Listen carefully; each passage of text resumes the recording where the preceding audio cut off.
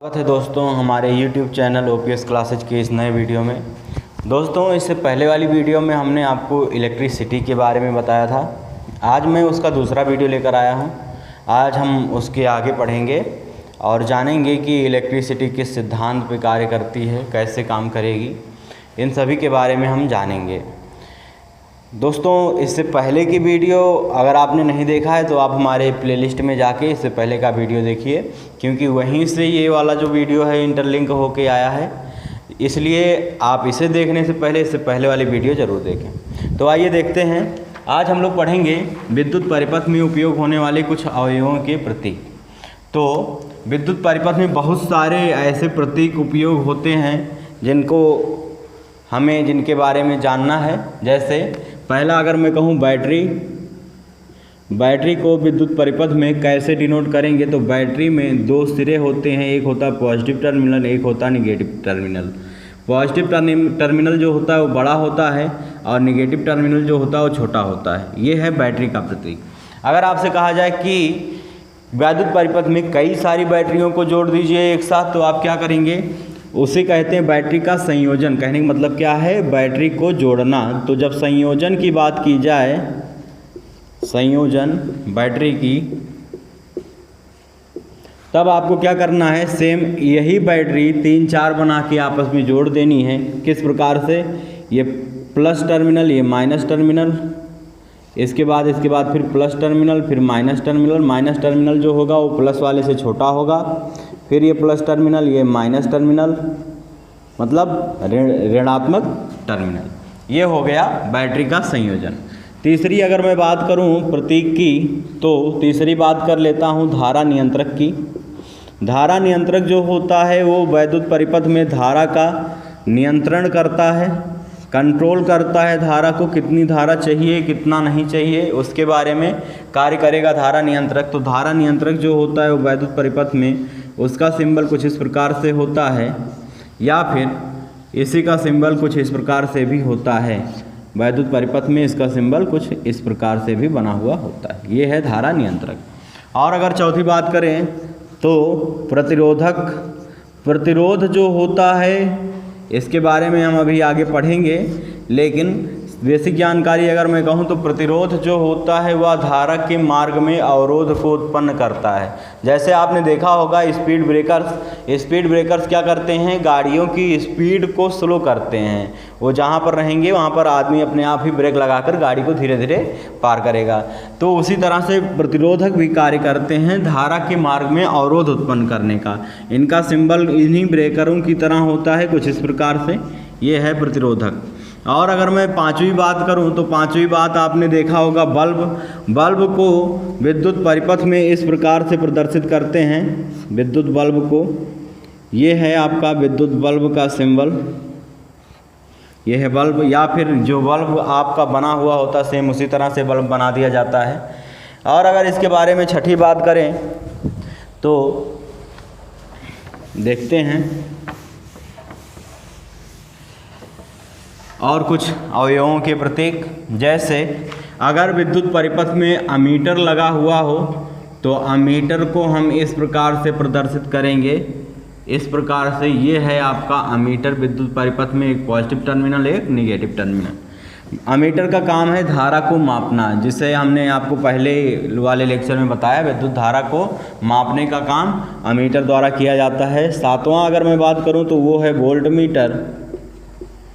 और volt meter का कार्य होता है कि विद्युत विभव अथवा विभवांतर को मापना। तो ये इसका सिंबल कुछ इस प्रकार से होता है विद्युत परिपथ में। ये हो गई सामान्य जानकारी विद्युत परिपथ में उपयोग होने वाली कुछ अवयवों के प्रतीक।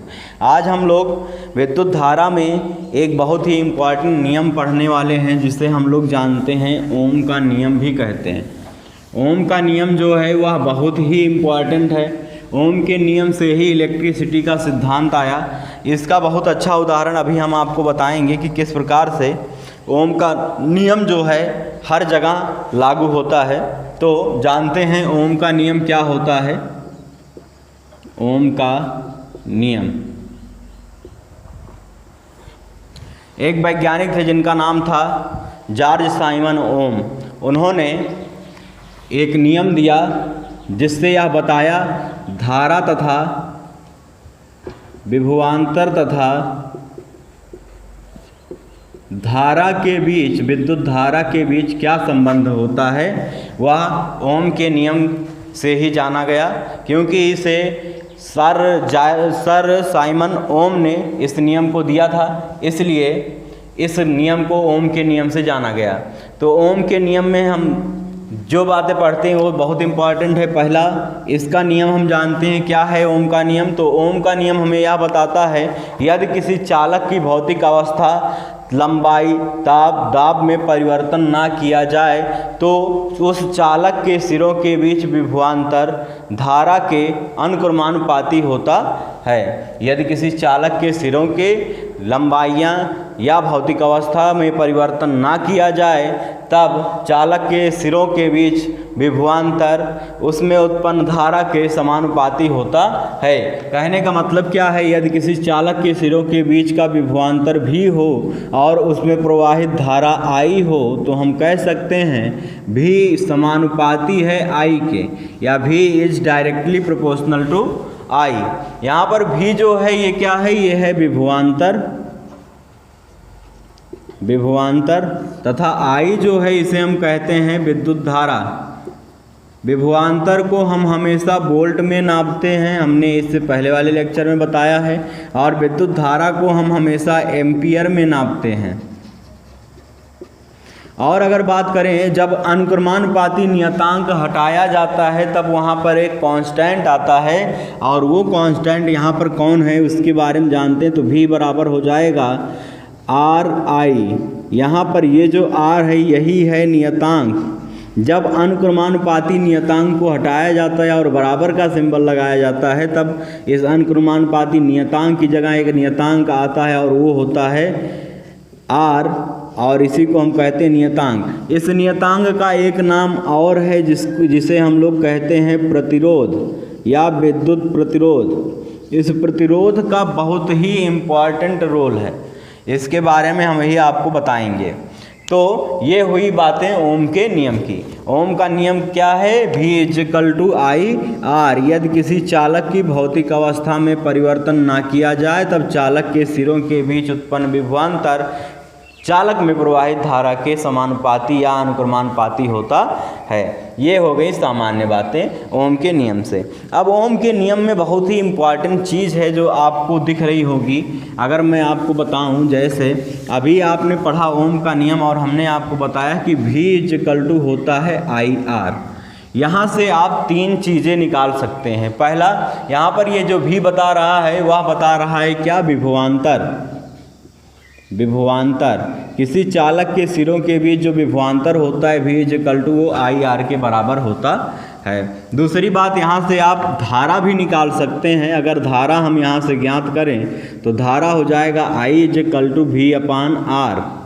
यहाँ से धारा का मान क्या हो जाएगा, I equal to V upon R. और अगर बात करूं मैं तो यहाँ से मैं वैद्युत प्रतिरोध को भी निकाल सकता हूँ आसानी से, और R बराबर हो जाएगा यहाँ पर V अपान आई। ये हो गई सामान्य बातें ओम के नियम से, जो हम फाइंड कर सकते हैं ओम के नियम से। अब ओम का नियम आखिर है क्या, इसका क्या प्रयोग है, कैसे हम जानेंगे कि ओम का नियम कहाँ लग रहा है, इसके बारे में बात करते हैं। तो आइए समझते हैं। मान लीजिए एक बैटरी है आपके पास। ये बैटरी जो है वो 9 वोल्ट की है। इस बैटरी का जो पॉजिटिव टर्मिनल है वो ये है और नेगेटिव टर्मिनल ये है। आपके पास एक एलईडी बल्ब है, वो एलईडी बल्ब मैं यहाँ बना देता हूँ। ये मान लीजिए ये है आपके पास एलईडी बल्ब। एलईडी बल्ब में आपने देखा होगा कुछ इस प्रकार से अंदर बना हुआ होता है। ये है आपका एलईडी बल्ब। अब हमने कहा कि इसमें 2 नोड निकले हुए हैं। अब इस एलईडी बल्ब की जो क्षमता है यह वर्क करती है 2 वोल्ट तथा 20 मिली एम्पियर पर। यह एलईडी जो है वह वर्क करती है 2 वोल्ट तथा 20 मिली एम्पियर पर। तो ये एलईडी जो है, अगर इस एलईडी को हम इस बैटरी से जोड़ दें तो यह जलेगी कि नहीं जलेगी, ये आपको यहाँ पर बताना है ओम के नियम से। कैसे, वो देखते हैं। ये है आपकी बैटरी। तो सर्वप्रथम अगर मैं एलईडी की बात करूं तो एलईडी आप पहचानना ये सीखिए कि एलईडी में जो दो टर्मिनल निकले हुए होते हैं, जो बड़ा वाला टर्मिनल होता है उसी को हम पॉजिटिव टर्मिनल मानते हैं, और जो छोटा वाला टर्मिनल होता है उसे हम निगेटिव टर्मिनल मानते हैं। और अगर दूसरी बात करूं पहचानने का कि एलईडी आप कैसे पहचानेंगे उसमें कौन सा पॉजिटिव टर्मिनल है और कौन सा निगेटिव, तो आप क्या कर सकते हैं, अंदर जो चौड़ा वाला नोड आपको दिख रहा है वो है निगेटिव, और जो अंदर पतला वाला नोड दिखे वो है आपका पॉजिटिव टर्मिनल।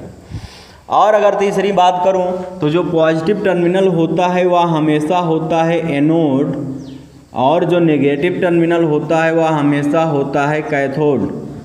अब हम क्या करते हैं, इस बैटरी से इसके पॉजिटिव और निगेटिव टर्मिनल को जोड़ते हैं। तो यहाँ पर हम क्या करते हैं, इस पॉजिटिव टर्मिनल के बीच में एक स्विच लगा देते हैं। मान लीजिए ये स्विच यहाँ पर हम लगा देते हैं, ये है स्विच। स्विच में जब बीच में बिंदी रहे, ठीक डॉट रहे, तब आप ये जान जाइए कि इस स्विच से करंट फ्लो हो रही है। जब ये स्विच कुछ इस प्रकार से दिखे तब आप जान जाइए कि इस स्विच से करंट फ्लो नहीं हो रही है। ये बातें हमको आपको बतानी चाहिए थी जब अभी हम बता रहे थे विद्युत परिपथ में उपयोग होने वाले अवयवों के प्रतीक, वो बातें छूट गई थी तो मैं आपको यहाँ बता दे रहा हूँ। ये है आपकी खुली स्विच और ये है आपकी बंद स्विच। कहने का मतलब क्या है, इसमें करंट का प्रवाह हो रहा है, इससे नहीं हो रहा है। तो आगे बातें समझते हैं। अब मैं इसके निगेटिव टर्मिनल को इसके निगेटिव वाले टर्मिनल से जोड़ देता हूँ। स्विच को ऑन करते हैं तो क्या यह एलईडी जलेगी? क्योंकि यहाँ पर 9 वोल्ट की बैटरी लगी है और इस एलईडी की क्षमता है 2 वोल्ट, इसलिए जब यहाँ से हम करंट का प्रवाह करेंगे, इस बैटरी से जोड़ेंगे, तो यह एलईडी जलेगी नहीं बल्कि ये दब जाएगी, फट जाएगी पूरी तरह से। क्यों? उसका रीज़न क्या है, यहाँ बैटरी जो है वो काफ़ी ज़्यादा क्षमता की लगी हुई है और ये एलईडी जो है वो बहुत कम पावर की है। इसके लिए हम क्या करते हैं, कैसे हम इस बैटरी को जलाएं, कैसे हम इस बैटरी से इस एलईडी को जलाएं जिससे कि इस 9 वोल्ट की बैटरी से इस 2 वोल्ट की एलईडी आसानी से उजाला देना शुरू कर दे या प्रकाश देना शुरू कर दे। तो इसके लिए हमें क्या करना है, वहाँ पर क्या जोड़ना है, प्रतिरोध। प्रतिरोध क्या करेगा, यहाँ पर जो धारा आएगी उसके मान में और उसके मार्ग में अवरोध पैदा करता है। तो इसके लिए हमें क्या करना पड़ेगा, जैसे अभी हमने आपको बताया कि यहाँ पर प्रतिरोध निकालने का फार्मूला होता है R=V/I। अब यहाँ पर हम प्रतिरोध तो लगाएंगे, प्रतिरोध जो होता है वो हमेशा पॉजिटिव टर्मिनल पे लगाया जाता है। प्रतिरोध लगाएंगे, लेकिन कितनी क्षमता का प्रतिरोध लगा दें जिससे ये एलईडी जलने लगे, प्रकाशमान हो जाए। तो इसके लिए आपको क्या करना पड़ेगा, यही सूत्र लगाना पड़ेगा प्रतिरोध का। तो प्रतिरोध का सूत्र होता है R=V/I, और V यहाँ पर क्या है, दोनों सिरों के बीच का विभवांतर है, और विभवांतर जो होता है वह विभव का अंतर होता है। इससे पहले वाली वीडियो हमने आपको बताई थी। तो बैटरी का जो विभव है वो कितना है, 9 वोल्ट। उसके बाद अगर हम बात करें यहाँ पर इस एलईडी का जो विभव है वो कितना है, 2 वोल्ट। 9 में से 2 घटाएंगे, अब धारा कितनी प्रवाहित हो रही है, इसमें कितनी क्षमता है इसकी, 20 मिली एम्पियर यहाँ पर रख देते हैं। मिली एम्पियर को एम्पियर में बदलने के लिए 10⁻³ से गुणा करते हैं। अब ये हो गया 20 एम्पियर। अब इसे हल कर लेते हैं, तो हल करने के बाद R बराबर हो जाएगा ये 7/20, और इस घात को पॉजिटिव बना लेते, तो इस घात को पॉजिटिव बना के हम इसे ऊपर भेज देंगे तो 10⁻³ हो जाएगा, और 10⁻³ का मतलब होता है 1000। इसका मतलब क्या हो जाएगा, ये 7000/20। इसे काटेंगे अगर हम तो यहाँ से आंसर आएगा 350। कहने का मतलब क्या है, 350, और R का मात्रक होता है ओम। प्रतिरोध का मात्रक क्या होता है, ओम। अभी हम इसके बारे में भी बताएंगे। तो यहाँ पर जो प्रतिरोध का मान आया वो 350 ओम आया। कहने का मतलब क्या है, अगर इसके पॉजिटिव टर्मिनल के बीच में हम 350 ओम का प्रतिरोध लगा दें, तब यह बल्ब जो है वो फटेगा नहीं, दगेगा नहीं, बल्कि यह उजाला देना शुरू कर देगा। इसका मतलब क्या है, अगर हम इस स्विच को ऑफ कर दें और इस बल्ब के पॉजिटिव टर्मिनल के बीच में हम प्रतिरोध को जोड़ दें, किस प्रकार से, इस प्रकार से अगर हम प्रतिरोध जोड़ दें इसमें 350 ओम का, तब ये बल्ब, और इस स्विच को ऑन कर दें तब ये बल्ब क्या हो जाएगा, जलने लगेगा। कहने का मतलब क्या है, यहाँ पर ओम के नियम से हमने यह जाना कि कोई भी बैटरी से कोई भी बल्ब किस प्रकार जोड़ा जा सकता है और कितनी क्षमता का हमें प्रतिरोध लगाना है, कितना धारा को कंट्रोल करना, कितना धारा के मार्ग में अवरोध पैदा करना है। इन सभी चीज़ों के लिए ओम का नियम सत्य है। ओम का नियम सिर्फ धातुओं के लिए ही एप्लीकेबल होता है, जिसमें धारा का प्रवाह आसानी से किया जा सके। अब बात करते हैं इसके आगे, जानते हैं कि प्रतिरोध क्या होता है। ये सारी बातें आपको बहुत अच्छे से समझ में आई होंगी। ये एग्जाम्पल जिसमें हमने ओम के नियम का उपयोग बताया। अब हम जानते हैं प्रतिरोध क्या होता है। जैसा कि अभी हमने ओम के नियम से पढ़ा, ओम का नियम हमने पढ़ा तो उसमें निकाला प्रतिरोध जो होता है वह R बराबर होता है V/I। कहने का मतलब क्या है, प्रतिरोध वह है जो धारा के मार्ग में अवरोध पैदा करता है। और अगर मैं बात करूं इसके बारे में, तो अगर मैं यहाँ V का मान 1 वोल्ट मान लूँ और I का मान 1 एम्पियर मान लूँ, तो R बराबर हो जाएगा कितना, 1। R बराबर 1/1 हो जाएगा। और अगर इसके मैं मात्रक की बात करूं तो V का मात्रक होता है वोल्ट, क्योंकि ये विभवांतर का मात्रक क्या होता है, वोल्ट, और धारा का मात्रक होता है एम्पियर, तो इसका मात्रक हो गया वोल्ट प्रति एम्पियर, और वोल्ट प्रति एम्पियर को हम कहते हैं ओम, इसलिए प्रतिरोध का मात्रक क्या हो गया, ओम। तो यहाँ पर R बराबर 1 आ रहा है, 1 क्या मतलब ओम, और ओम को हम इस प्रकार के सिंबल से लिखते हैं। कहने का मतलब क्या है, अगर हम प्रतिरोध को परिभाषित करें तो हम कह सकते हैं यदि किसी चालक तार के बीच, यदि किसी चालक में 1 वोल्ट का विभवांतर हो तथा उसमें 1 एम्पियर की धारा प्रवाहित की जाए, तब उसमें जो उत्पन्न प्रतिरोध होगा वह 1 ओम का होगा। ये बातें आपको समझ में आई। अब दूसरी बात अगर मैं करूं तो इस प्रतिरोध का उपयोग कहाँ कहाँ है, आपको इसके बारे में जानना है। तो आइए देखते हैं प्रतिरोध का उपयोग कहाँ कहाँ है। तो पहली बात, प्रतिरोध का उपयोग अभी आपने एग्जाम्पल में देखा, धारा के नियंत्रण में प्रतिरोध का उपयोग किया जाता है। हम कह सकते हैं धारा के नियंत्रण में।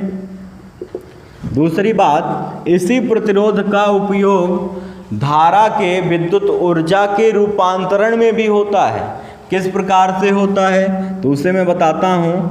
विद्युत ऊर्जा के रूपांतरण में भी प्रतिरोध का उपयोग किया जाता है। कैसे किया जाता है, तो अगर मैं उदाहरण की मैं बात करूं तो आप लोगों ने देखा होगा प्रेस में क्या लगा हुआ होता है, कुछ इस प्रकार से प्रतिरोध लगे हुए होते हैं। इसके बारे में डिटेल जानकारी आप पढ़ेंगे अभी आगे वाले लेक्चर में। ये है प्रेस। या फिर आपने देखा होगा हीटर में कुछ इस प्रकार से प्रतिरोध लगे हुए होते हैं। तो यहाँ पर प्रतिरोध का काम क्या है, या विद्युत ऊर्जा को उष्मीय ऊर्जा में परिवर्तित कर रहा है। विद्युत ऊर्जा को उष्मीय ऊर्जा में परिवर्तित कर रहा। प्रेस से क्या निकल रही है, ऊष्मा। इससे हीटर से क्या निकल रही है, ऊष्मा। और अगर मैं इसके उदाहरण की बात करूं तो आपने देखा होगा विद्युत बल्ब में आपने देखा होगा कुछ इस प्रकार का प्रतिरोध लगा हुआ होता है जो हमें प्रकाश देता है। ये मैंने बल्ब का चित्र बनाया है, ठीक। तो बल्ब को अगर हम बनाएं तो कुछ इस प्रकार से बनेगा। उसमें आपने देखा होगा कुछ इस प्रकार से लगा हुआ होता है फिलामेंट।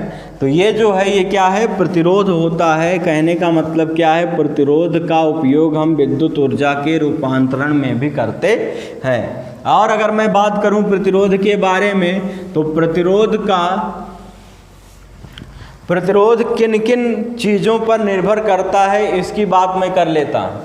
प्रतिरोध की निर्भरता, तो इसकी पहली निर्भरता ये है, प्रतिरोध R जो होता है वह तार की लंबाई पर निर्भर करता है।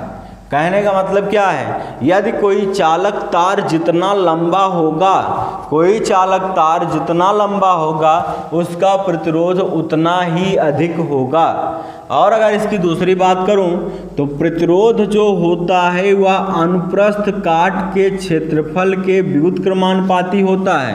इसका मतलब क्या है, कोई तार जितना पतला होगा उसका प्रतिरोध उतना ही अधिक होगा, तथा कोई तार जितना ही अधिक मोटा होगा उसका प्रतिरोध उतना ही कम होता चला जाएगा। यहाँ पर ए जो है वो बता रहा है अनुप्रस्थ काट का क्षेत्रफल, और यहाँ पर यल जो है वह बता रहा है तार की लंबाई को।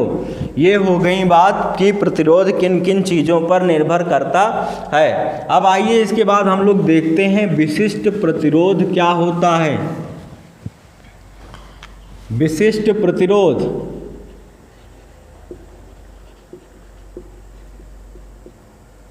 Specific resistance. तो अगर मैं विशिष्ट प्रतिरोध की बात करूं तो उसे हम इस प्रकार समझ सकते हैं, जैसे अभी हमने बताया प्रतिरोध जो होता है वह तार की लंबाई के समानुपाती तथा अनुप्रस्थ काट के क्षेत्रफल के व्युत्क्रमानुपाती होता है।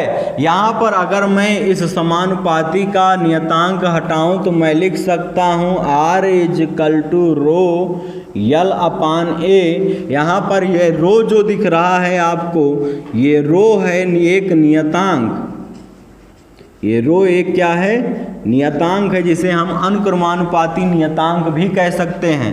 इसी रो को हम कहते हैं विशिष्ट प्रतिरोध। इसी रो को हम क्या कहते हैं, विशिष्ट प्रतिरोध। कहने का मतलब क्या है, विशिष्ट प्रतिरोध को हम रो से प्रदर्शित करते हैं, और विशिष्ट प्रतिरोध अगर रो का मान यहाँ से मैं निकालूं तो रो बराबर हो जाएगा RA/L। कहने का मतलब क्या है, विशिष्ट प्रतिरोध रो बराबर RA/L होता है। अगर मैं इसके मात्रक की बात करूं तो इसका मात्रक हो जाएगा रो का मात्रक, ये R का मात्रक होता है ओम, अभी हमने आपको बताया। क्षेत्रफल का मात्रक होता है मीटर स्क्वायर बटे लंबाई का मात्रक होता है मीटर, क्योंकि जो चीज़ें विस्तार में होती हैं उन्हें हम मीटर में नापते हैं। तो यहाँ से अगर मैं भाग दूँ तो ये मीटर और मीटर की घात कैंसिल हो जाएगी, तो इसका मात्रक यहाँ से निकल कर आएगा ओम मीटर। कहने का मतलब क्या है, प्रतिरोध का, विशिष्ट प्रतिरोध का यसाई मात्रक जो होता है वह होता है ओम मीटर। विशिष्ट प्रतिरोध का मात्रक जो होता है वो क्या होता है, ओम मीटर। और आगे बात करते हैं इसको हम परिभाषित कैसे करेंगे, तो इसकी परिभाषा की बात करते हैं। आइए देखते हैं विशिष्ट प्रतिरोध को हम कैसे परिभाषित करेंगे। तो मान लीजिए कोई चालक तार में जो उसकी लंबाई है, किसी चालक तार की लंबाई जो है वह 1 मीटर है, तथा उसका जो अनुप्रस्थ काट का क्षेत्रफल है वह 1 मीटर स्क्वायर है। तब रो बराबर कितना हो जाएगा, R के, क्योंकि A का मान 1 है, L का मान 1 है। कहने का मतलब क्या है, अगर विशिष्ट प्रतिरोध को हम परिभाषित करें तो हम कह सकते हैं यदि किसी चालक तार की लंबाई 1 मीटर हो और उसके अनुप्रस्थ काट का क्षेत्रफल 1 मीटर स्क्वायर हो, तब उसमें उत्पन्न प्रतिरोध या उस तार का प्रतिरोध ही उसका विशिष्ट प्रतिरोध कहलाएगा। उस तार का प्रतिरोध ही उसका विशिष्ट प्रतिरोध कहलाएगा। ये सारी परिभाषाएं दोस्तों आपको वीडियो रोककर नोट कर लेनी चाहिए, या नोट कर लीजिएगा या फिर समझते जाइए। ये सारी चीज़ें बहुत ही ज़्यादा इम्पॉर्टेंट हैं। इसके बाद हम लोग पढ़ेंगे प्रतिरोधों का समायोजन। समायोजन का मतलब है जोड़ना। प्रतिरोधों को हम किस प्रकार से जोड़ सकते हैं, प्रतिरोधों का समायोजन। तो प्रतिरोधों को इसे हम कह सकते हैं कॉम्बिनेशन ऑफ रेजिस्टेंस। प्रतिरोधों को हम 2 प्रकार से जोड़ते हैं, एक होता है श्रेणी क्रम संयोजन और दूसरा होता है समांतर क्रम संयोजन। समांतर क्रम संयोजन, संयोजन का मतलब क्या होता है, जोड़ना। तो श्रेणी क्रम को हम कहते हैं in series combination, in series combination, और समांतर क्रम को हम कहते हैं इन पैरेलल कॉम्बिनेशन।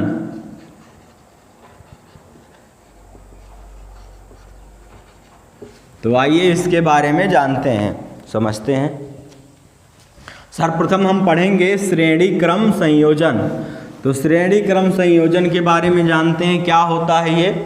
तो अगर श्रेणी क्रम संयोजन की मैं बात करूं तो हम कह सकते हैं अगर हमारे पास प्रतिरोध 3 प्रतिरोध हों इस प्रकार से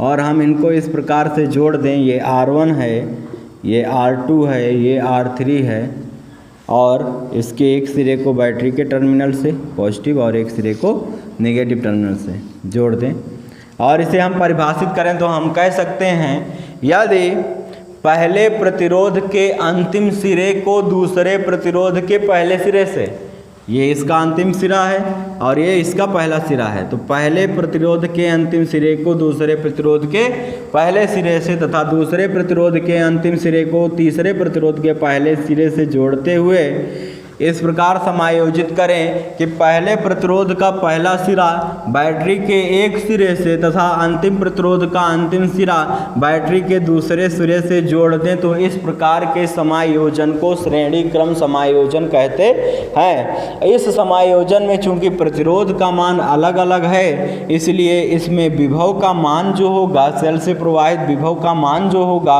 वह अलग अलग होगा।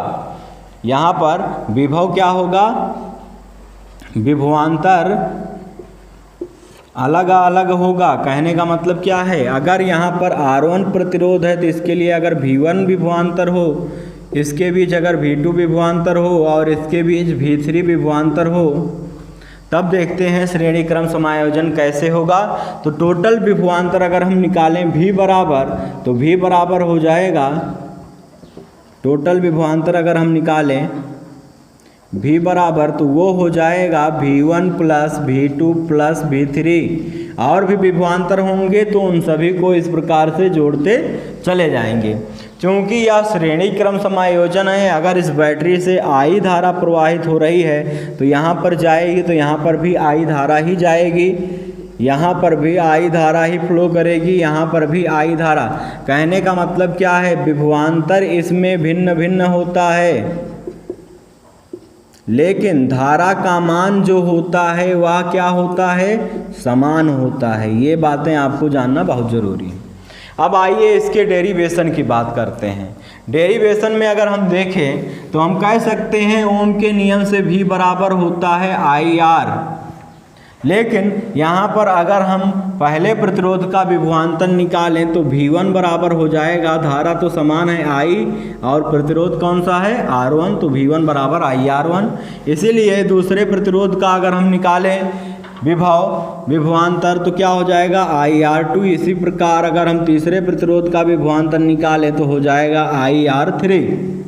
यहाँ तक की बातें आपको समझ में आ रही होंगी। तो टोटल कुल विभवांतर कितना होता है, V बराबर V1 plus V2 plus V3। तो हम V बराबर निकालते हैं तो V1 plus V2 plus V3 होता है, और भी होंगे तो हम जोड़ते चले जाएंगे। तो V बराबर हो गया IR, V1 का मान है IR1, V2 का मान है IR2, V3 का मान है IR3। और भी प्रतिरोध होंगे तो उनके भी मान को जोड़ेंगे। यहाँ पर एक चीज़ आपको कॉमन दिख रही होगी, सब में क्या है, I का मान समान है, कॉमन है, तो I को हम कॉमन ले लेते हैं। तो IR इज इक्वल टू हो जाएगा IR1 plus R2 plus R3। यहाँ से I का मान दोनों तरफ कैंसिल हो जाएगा, तो R बराबर यहाँ से निकल के आएगा R1 plus R2 plus R3। कहने का मतलब क्या है, श्रेणी क्रम में जुड़े हुए प्रतिरोधों का तुल्य प्रतिरोध उनके योगफल के बराबर होता है। इन श्रेणी क्रम में विभवांतर तो अलग अलग होता है लेकिन धारा का मान समान होता है। ये बातें, ये संयोजन, प्रतिरोधों का समायोजन, ये सारी बातें बहुत ज़्यादा इम्पॉर्टेंट है एग्जामिनेशन के पॉइंट ऑफ व्यू से। आप कोई भी ऐसा बोर्ड का एग्ज़ाम नहीं देखेंगे जिसमें श्रेणी क्रम और समांतर क्रम के क्वेश्चंस नहीं आए, या तो इनके न्यूमेरिकल्स आए हैं या तो इनके डेरिवेशन आए हैं। डेरिवेशन हमने बहुत आसान तरीके से आपको 3 ही लाइन में बता दिया है। इसके बाद हम करते हैं समांतर क्रम समायोजन या संयोजन। आइए समझते हैं समांतर क्रम संयोजन क्या होता है, ये भी बहुत आसान है।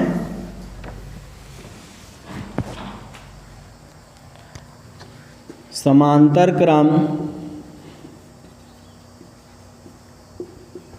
समायोजन या संयोजन, इसे कहते हैं पैरेलल कॉम्बिनेशन।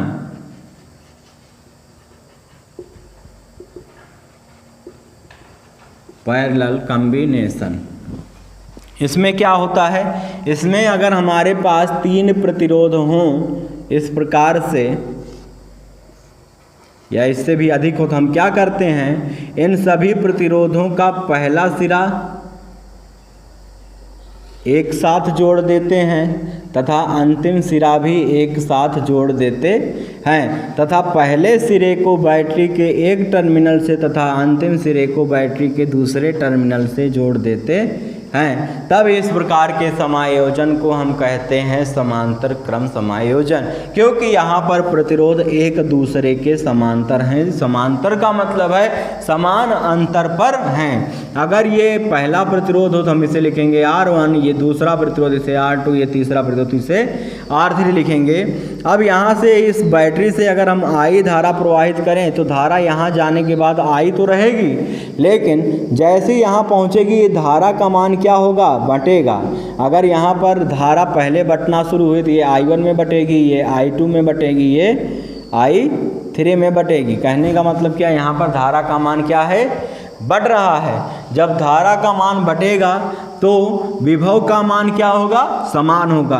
कहने का मतलब क्या है, समांतर क्रम समायोजन में धारा का मान जो है वह परिवर्ती रहता है, बदलता रहता है, या अलग अलग रहता है या भिन्न भिन्न रहता है, लेकिन विभवांतर का मान समान होता है। यह बात, ये दोनों बातें आपको बहुत ध्यान रखनी हैं, ये आपको काम आएंगे न्यूमेरिकल्स सॉल्व करते समय। ये बातें जैसे हमने यहाँ पर बताया, धारा आई गई यहाँ से, यहाँ I1 में परिवर्ती हुई, यहाँ पर I2, यहाँ पर I3, और जहाँ पर धारा बढ़ती है वहाँ पर होता है समांतर क्रम समायोजन। ये आपको काम देगा कहाँ पर, इसके न्यूमेरिकल्स हल करने में। आपको मैं इसके न्यूमेरिकल्स भी बहुत आसान तरीके से बताऊँगा, पहले इसके भी डेरिवेशन देखते हैं। अब बात करते हैं, अगर यहाँ पर मैं बात करूँ कुल धारा की, अगर कुल धारा I प्रवाहित हो रही है, यहाँ से जो टोटल धारा निकल के आएगी वो तो I ही आएगी। तो अगर कुल धारा I ही प्रवाहित हो रही तो I बराबर हो जाएगा I1 plus I2 plus I3, और भी प्रतिरोध होंगे तो ऐसे बढ़ते जाएंगे I4 I5। अब I इक्वल टू होता क्या है, ओम के नियमानुसार हमने बताया था I इक्वल टू होता है V/R। I इक्वल टू होता है V/R, क्योंकि V इक्वल टू हमने आपको बताया है IR होता है, तो I यहाँ से निकालेंगे तो R पक्षांतर होकर नीचे चला जाएगा। अब यहाँ पर I1 अगर हम निकालें तो R1 प्रतिरोध के लिए क्या हो जाएगा, V/R1 प्लस I2 का मान निकालें तो क्योंकि विभव समान है तो V सब में रहेगा, V/R2 प्लस V/R3, और भी होंगे तो इन्हें जोड़ लेंगे। अब यहाँ पर एक चीज़ आपको कॉमन दिख रही होगी, सभी में आपको भी विभवांतर कॉमन दिख रहा है, जैसे कॉमन ले लेते हैं तो V/R इक्वल टू हो जाएगा V into 1/R1 plus 1/R2 plus 1/R3। दोनों साइड भी है तो ये हो जाएगा कैंसिल, तो हम इसे लिख सकते हैं 1/R equal to 1/R1 plus 1/R2 plus 1/R3।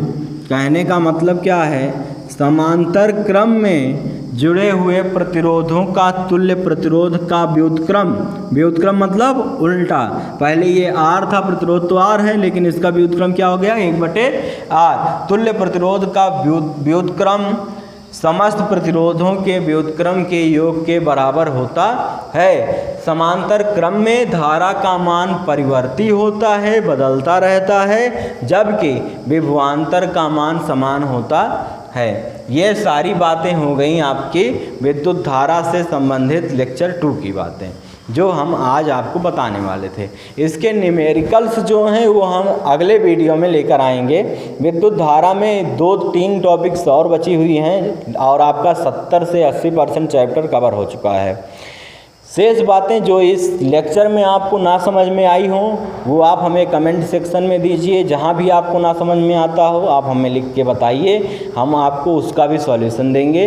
Video अच्छी लगी हो तो ज़्यादा से ज़्यादा लोगों के पास शेयर करिए ताकि उनका भी भला हो। बहुत बहुत धन्यवाद।